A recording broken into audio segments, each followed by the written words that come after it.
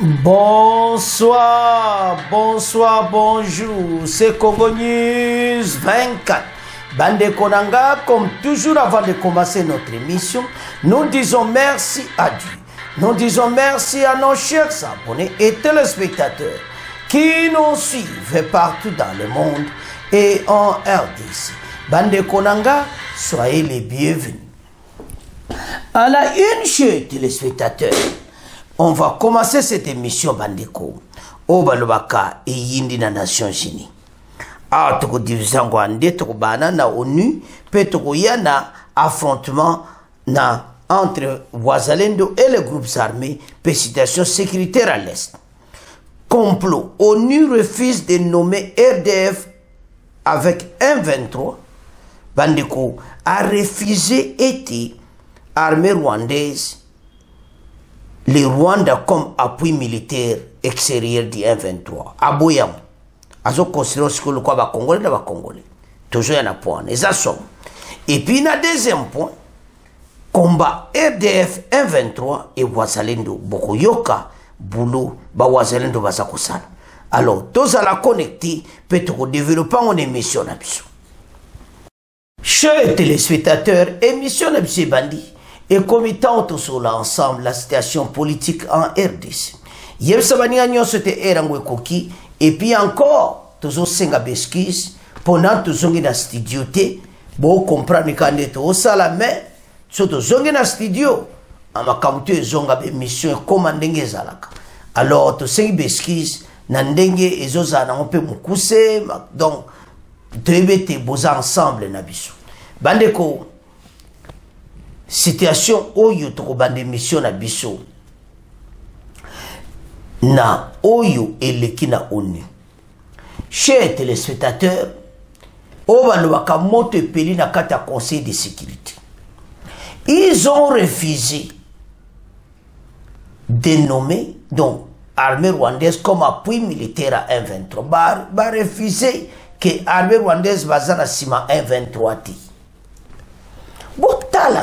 Vous allez lire ensemble, vous allez voir et pas avoir de problème au Tozanam. Un complot bien organisé, mais tu peux en sortir. Toujours le bango, Congolais yeba été, tu peux bimana piège oyo. Alors, qu'est-ce qu'ils font pour le moment? Batu oyo bandeko sozo tala situation politique na biso le motal lobby maele sili mais makambo kende na ndenge ki ba politicien na biso ba travailler makasi. Fachi avec toute l'équipe, renseignement militaire, renseignement batane, tout va travailler ensemble pour tout mega kolonga bitumba oyo. Parce que ce que nous voyons avec tous ces groupes, il y a peu perdu tous ces gens qui va changer ma solo. Mais alors que bango moko bazo se contredire bo otanga balobi que eza s'abstenir c'est-à-dire abstention donc bango nyonso na suka ba conclure te armée rwandaise mutaza appui militaire te eloko moko eza wana toko développer eloko ngo eza nini. Il y a des armées. Si on va y que Ouganda passe, pourquoi pas ils ne peuvent pas nommer? Mais ils ont balobika que Rwanda a simate. Balobi surtout de Tangiango ensemble. Malgré le rapport de l'ONU, malgré les experts basi ba photo balaxi nyoso malgré ba photo balaxaki. Malgré les preuves ba na conclusion Zakake, armée rwandaise Azasima, il y a M23. Et je sais la passe une émission. Donc la vérité, quoi, les Nations Unies, nous avons regretté Nandenga Moukiti. Mais, en disant cela, nous allons nous battre avec tous ces gens au Batapé Perdoba, qui est Tokobunda. Mais naïbe te ba rolongati. Tout ce qu'ils font, ba kokati. Andeko makambo eza minene. sozota la situation tozanango okomona clairement il faut tozala ensemble botika besprit wana ya division entre biso. C'est là où l'ennemi a joué à Makasi. Les Rwandais, pour le moment, ils ont sala ba makamoko amabe. Mais biso tozala serrer ensemble pour gagner match yo. Doto gagner pena bango pena ba moni que oui makamango ko mongulu. To récupérer ba ville etikali. Alors ba wazalendo basi ba botoli colline moko. Kuna kutu soki armée rwandaise ba yeba yeka basuki na kota saki. Côté Rundi nyoso bazo mo tozo ya na pona to ko développer on a deuxième partie. Mais tout en question. Et ce bateau atako motema wa beza. Poto bengani bango na RDC lelo bakonzo ba décision contribution à eux mo na polele totanga. ONU s'abstient de nommer le Rwanda comme appui militaire extérieur du M23. En dépit de plusieurs rapports du groupe d'experts de la République démocratique du Congo, le Conseil de sécurité des Nations Unies s'est abstenu de citer le Rwanda comme appui militaire extérieur du M23. Un mouvement terroriste qui mène des offensives militaires contre l'armée congolaise dans la province du Nord Kivu. Le narratif des membres du Conseil de sécurité a visiblement changé, alors que les experts onusiens mentionnent dans leur rapport des interventions militaires directes de l'armée rwandaise sur le territoire congolais. Donc, citation Zamougulu. Après avoir examiné et entendu un exposé de la représentante spéciale du secrétaire général de la RDC et le chef de la MONUSCO, Bintou Keïta, les membres du Conseil de sécurité de l'ONU se sont, dans un compte rendu publié le vendredi, limités à condamner l'appui militaire. Donc, au moment où Ezamawa, alors,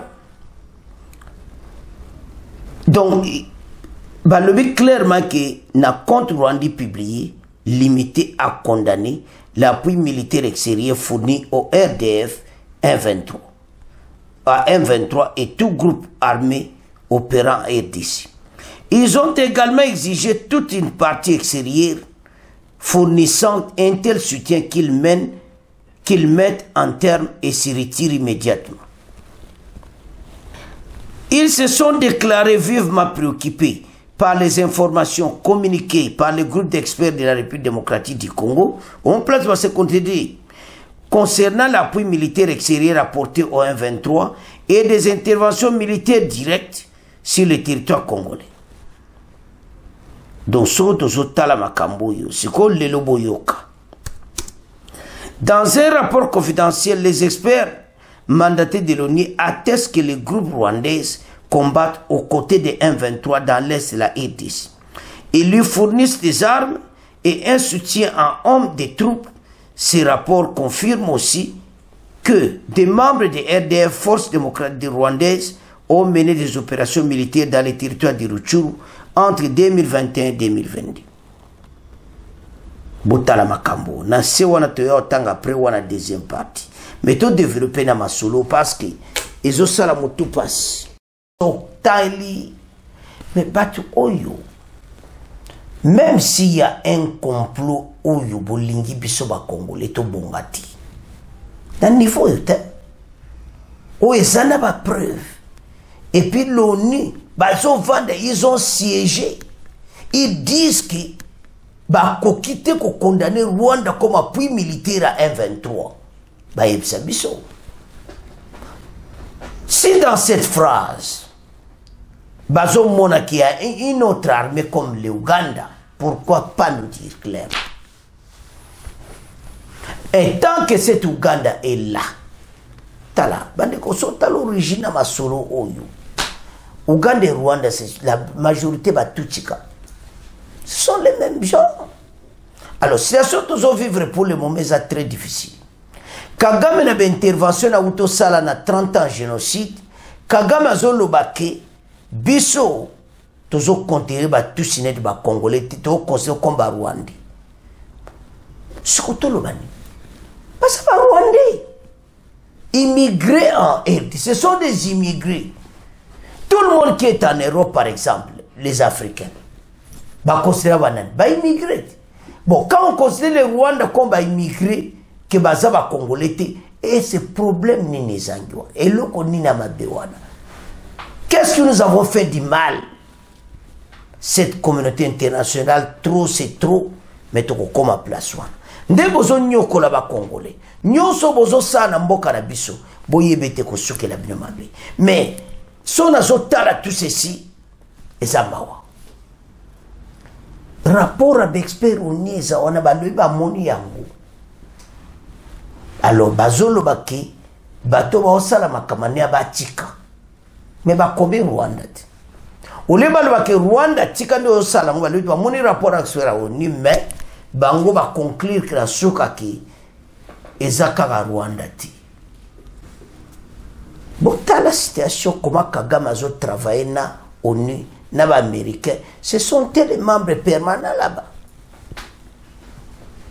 Bande colère est grave, tout bunda. Tout qui dit tu as des impôts.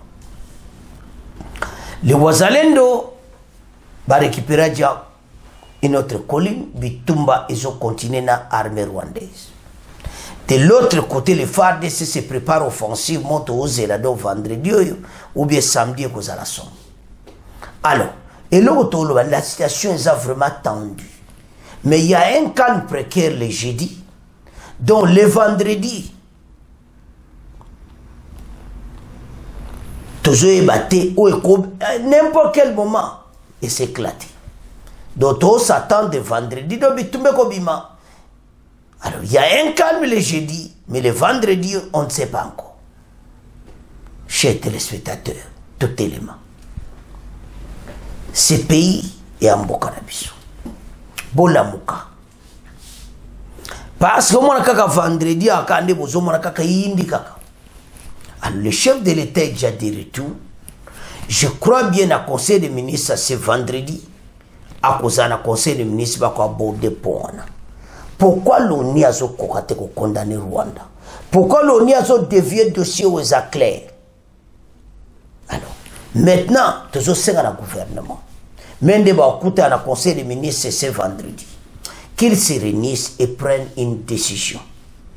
Je sais bien, mais quand on a un gouvernement, on a limité que conseil Bolimisa, conseil des ministres, on a limité pour peut-être.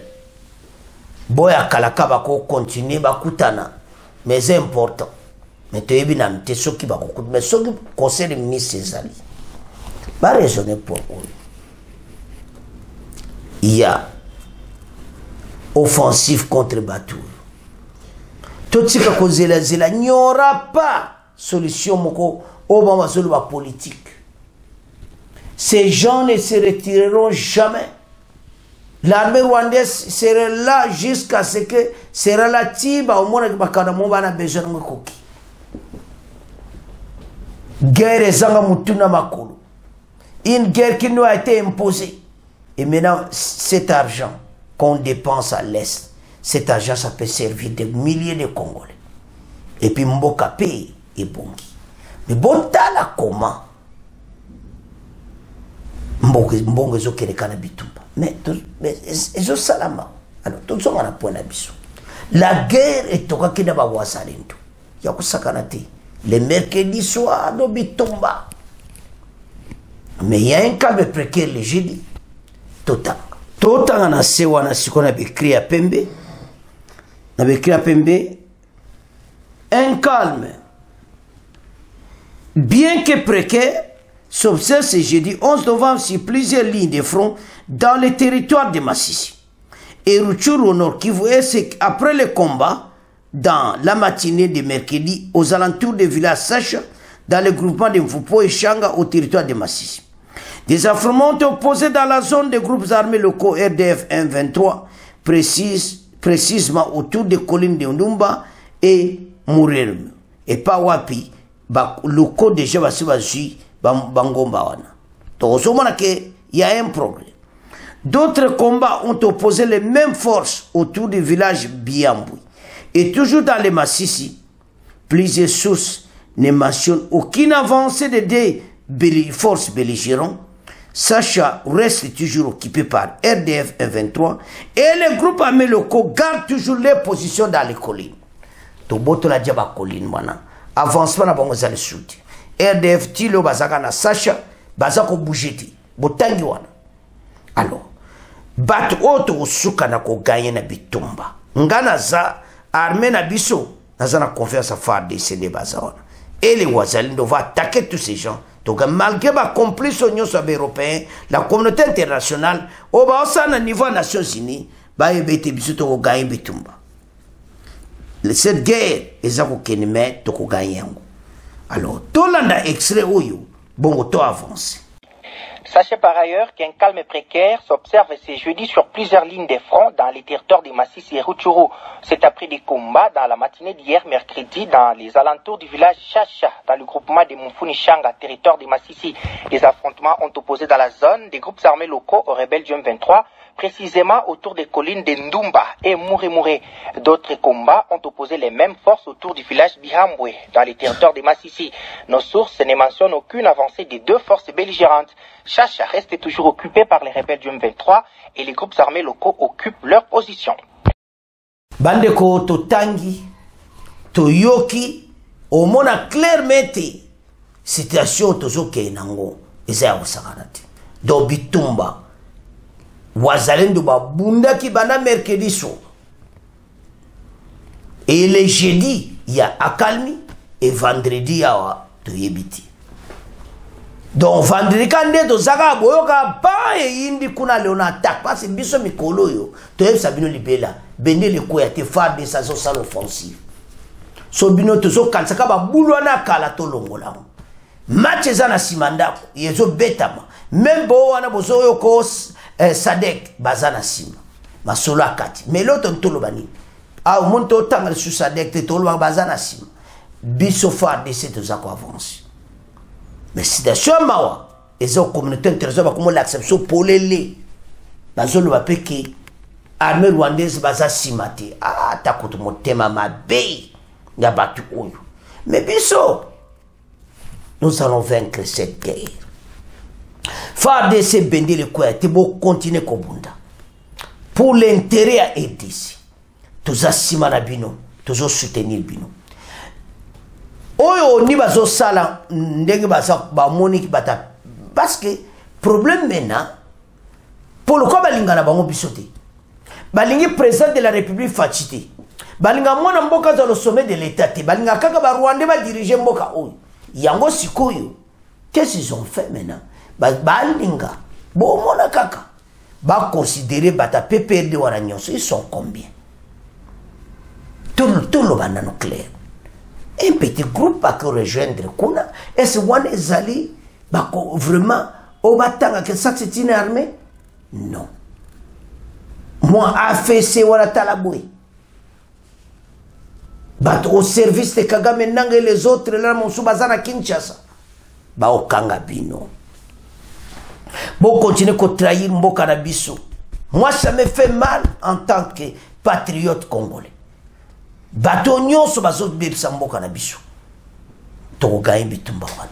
Alors problème eza wana eza ke biso soza sima wazalendo comme ça to gagne bitumba oyo soki bozo tala bien ba jeune bango commune balinga ba komisa AFC armée rwandaise AFC na camoufler ke eza sur Rwanda temtaza sima na biso lokwa ba bandi boy mais to zara bino mayele biso meto tikate la diplomatie moko vibrante diplomatie makasi to komane sika mais bitumba zali wazalendo de FARDC baza ko sala offensive congolais tika kozala naïf zala sima FARDC bato tout wana bakei bako sila awe koma kama osa eza suma kamute donc l'air ko bandaraka beaucoup mona mais les wazalendo se battent chaque jour.